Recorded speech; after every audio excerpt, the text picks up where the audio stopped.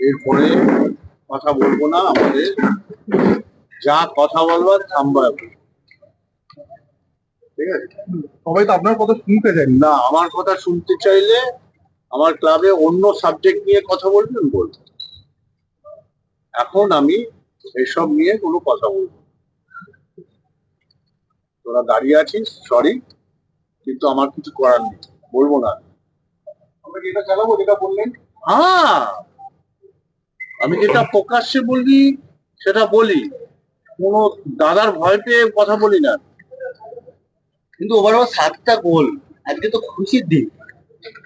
আসিস তোর সাথে গল্প করবো। তা সমর্থক হিসাবে কিভাবে দেখলে ম্যাচটাকে আজকে? না, আমি সমর্থক হিসেবে দেখতে পারি না। আমি বললে অফিসিয়ালি বলতে হয়।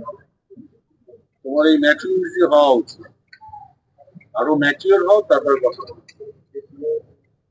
ওকে, গুড নাইট।